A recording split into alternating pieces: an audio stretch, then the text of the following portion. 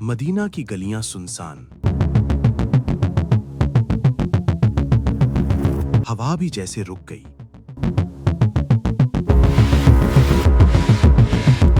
एक खबर ने आसमान को चीर दिया। रसूल अल्लाह सल्लल्लाहु अलैहि वसल्लम इस दुनिया से पर्दा फरमा चुके थे। क्या अब इस्लाम खत्म हो जाएगा? क्या कबाइल बिखर जाएंगे?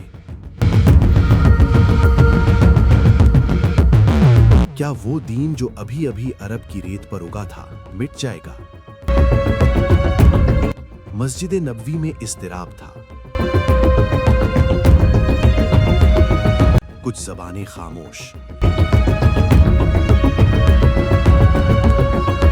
कुछ तलवारें नीम नियाम से बाहर, कुछ दिल टूट चुके थे। और फिर एक दरवाजा खुला।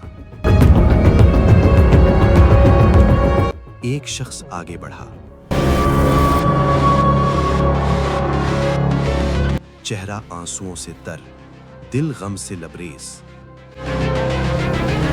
लेकिन ईमान पहाड़ की तरह मजबूत। वो मिंबर पर खड़ा हुआ और एक जुमला बोला जिसने टूटती हुई उम्मत को संभाल लिया।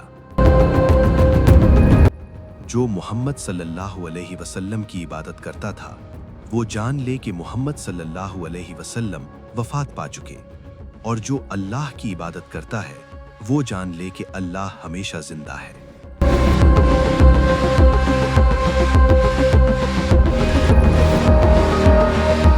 ये सिर्फ अल्फाज नहीं थे, ये तारीख का नया बाब था। ये खिलाफत सिद्दीक का आगाज था।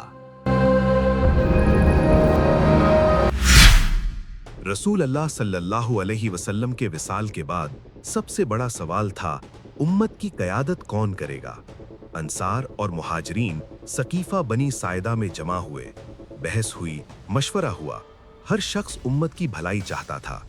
तारीख़ तबरी के मुताबिक इस मौके पर हजरत उमर ने हजरत अबू बकर का हाथ पकड़कर बैत की और कहा कि आप ही इस मनसब के सबसे ज्यादा हकदार हैं, क्योंकि रसूल अल्लाह सल्लल्लाहु अलैहि वसल्लम ने मर्जुल वफात में नमाज की इमामत आपके सुपुर्द की थी। यूं खिलाफत का आगाज हुआ। ये कोई ताजो तख्त न था, ये आजमाइशों का तूफान था। नबी करीम सल्लल्लाहु अलैहि वसल्लम के विसाल के फौरन बाद अरब के कई कबाइल ने बगावत कर दी। कुछ ने ज़कात देने से इनकार किया, कुछ ने झूठे नबी खड़े कर लिए। उनमें सबसे खतरनाक था मुसैलमा कज़्ज़ाब। मदीना में बाज़ सहाबा को अंदेशा था कि हालात नरम हाथ से संभाले जाएं, लेकिन हजरत अबू बकर का फैसला वाज़िह था। सही बुखारी में रिवायत है कि उन्होंने फरमाया, वल्लाह, अगर वो मुझे ऊंट की एक रस्सी भी देने से इनकार करेंगे जो वो रसूल अल्लाह सल्लल्लाहु अलैहि वसल्लम को दिया करते थे, तो मैं उनसे क़ताल करूंगा। ये ऐलान सिर्फ सियासी नहीं था, ये उसूल का दिफा था। ज़कात महज टैक्स नहीं, दीन का सुतून थी। हजरत अबू बकर ने लश्कर तैयार किया और सिपा सालार मुकर्रर किया खालिद बिन वलीद को।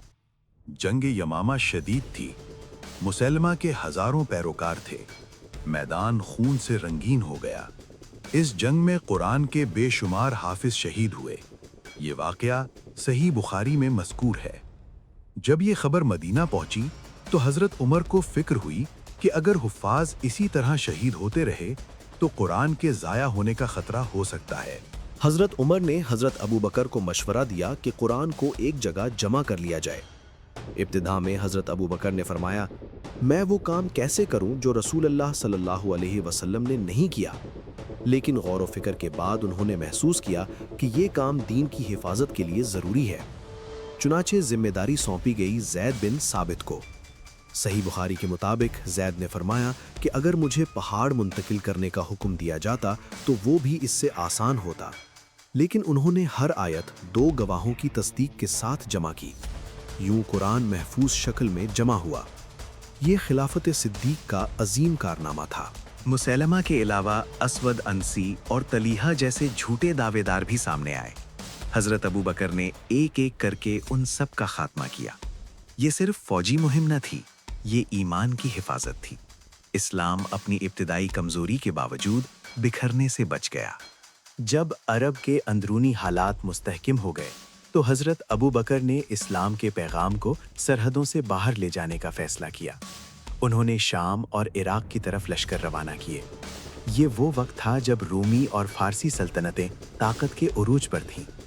تاریخ طبری کے مطابق حضرت ابوبکر نے لشکروں کو روانہ کرتے وقت ہدایت دی: عورتوں، بچوں اور بوڑھوں کو قتل نہ کرنا، درخت نہ کاٹنا، عبادت گاہوں کو نقصان نہ پہنچانا۔ یہ اسلامی جنگی اخلاقیات کی بنیاد تھی۔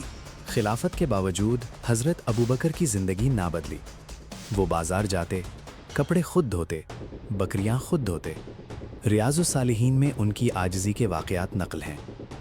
ایک دن بیت المال سے معمولی وظیفہ مقرر ہوا۔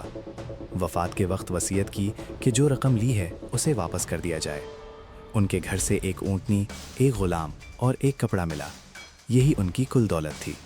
حضرت ابوبکر نرم دل تھے، قرآن کی تلاوت میں رو پڑتے تھے، لیکن دین کے معاملے میں پھولاد تھے۔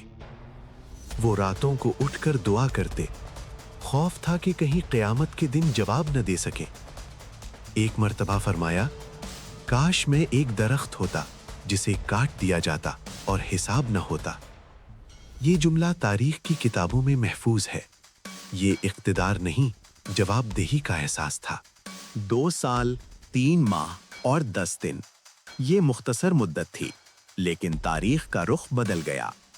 13 ہجری میں حضرت ابوبکر رضی اللہ عنہ بیمار ہوئے۔ انہوں نے صحابہ سے مشورہ کیا اور حضرت عمر رضی اللہ عنہ کو اپنا جانشین مقرر کیا، جیسا کہ تاریخ التبلی میں مذکور ہے۔ انہوں نے امت کو اختلاف سے بچا لیا، کوئی خانہ جنگی نہ ہوئی، انتقال اقتدار پرامن رہا۔ یہ ان کی بصیرت تھی۔ 22 جمادی آخر 13 ہجری حضرت ابوبکر رضی اللہ عنہ اس دنیا سے رخصت ہو گئے۔ وصیت کی کہ انہیں رسول اللہ صلی اللہ علیہ وسلم کے پہلو میں دفن کیا جائے۔ یوں وہ اپنے محبوب کے ساتھ آرام فرما ہوئے۔ مدینہ کی فضا پھر سوگوار تھی، لیکن اس بار امت کمزور نہ تھی۔ اسلام مضبوط بنیادوں پر کھڑا تھا۔